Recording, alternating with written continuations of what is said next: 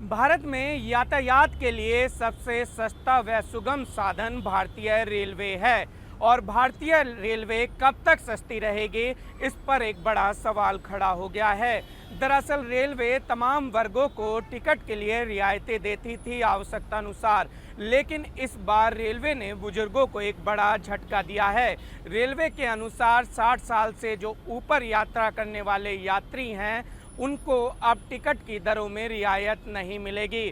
पहले railway senior citizen को, अगर वो पुरुष है और 60 साल से ऊपर है, तो 50% की रियायत देता था, अगर वो महिला है तो 60% की रियायत देता था। लेकिन अब इस रियायत को पूरी तरीके से बंद कर दिया गया है। दरअसल कोरोना काल में ही रेलवे ने इस रियायत को बंद कर दिया था, जिसके बाद बुजुर्गों को उम्मीद थी कि जब जीवन पटरी पर आएगा तो शायद रेलवे उनके बारे में विचार करे। लेकिन रेलवे ने खर्चे की बात बतलाते हुए अब सीधे तौर पर बुजुर्गों को रियायत देने से मना कर दिया है।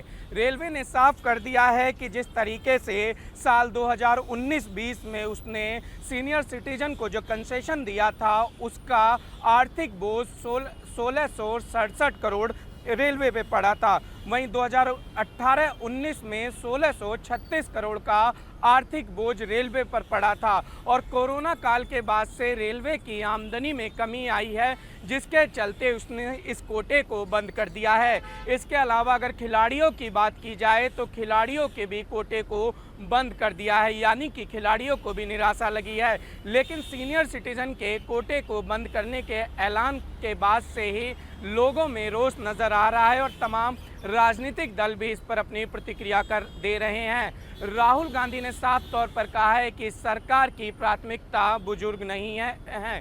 दूसरी तरफ वरुण गांधी ने भी सरकार को कटघरे में खड़ा किया है और उन्होंने इसको दुर्भाग्यपूर्ण बताया है। दरअसल वेलफेयर स्टेट की जब भी जिक्र होता है तो बुजुर्गों की बात की जाती है और सरकार की तरफ से तमाम रियायत देने की भी बात की जाती है और भारत एक वेलफेयर स्टेट रहा है। ऐसे में जब रेलवे ने कदम उठाया है तो रेलवे के इस कदम पर सवाल खड़े होने लगे हैं। इसके अलावा अगर बात की जाए फिलहाल रेलवे किनको छूट दे रहा है, तो उसमें गंभीर मरीज हैं 11 तरीके के, इसके अलावा 4 श्रेणी के दिव्यांग हैं और छात्रों को अभी तक छूट दी जा रही है। लेकिन सीनियर सिटीज़न को ये छूट फिलहाल के लिए बंद कर दी गई है और रेलवे की अभी आगे ऐसी उम्मीद भी नहीं है। दरअसल कोरोना काल के बाद से रेलवे कमाई के तमाम साधन ढूंढने में लगा हुआ है ताकि अपनी आमदनी को बढ़ा सके।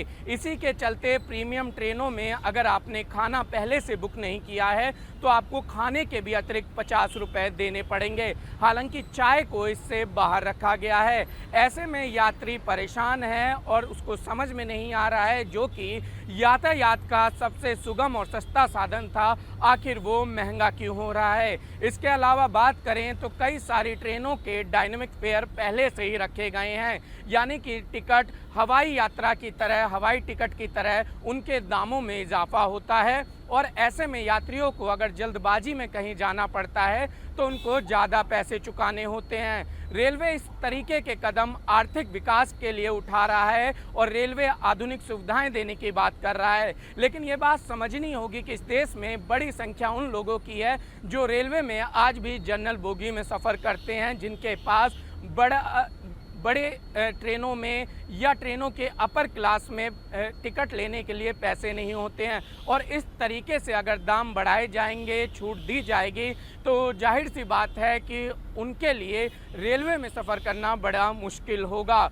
और लोगों को रेलवे से काफ़ी उम्मीद रहती है। और हर बार बजट के साथ जब रेल बजट आता है तो एक आम आदमी उस बजट को केवल इसलिए देखना चाहता है कि रेलवे ने उसके लिए उसमें क्या प्रावधान रखा है। और ऐसे में जब रेलवे ने आज बुजुर्गों को और खिलाड़ियों को बड़ा झटका दिया है तो कई सारे सवाल फिलहाल रेलवे की भूमिका पर खड़े हो रहे हैं।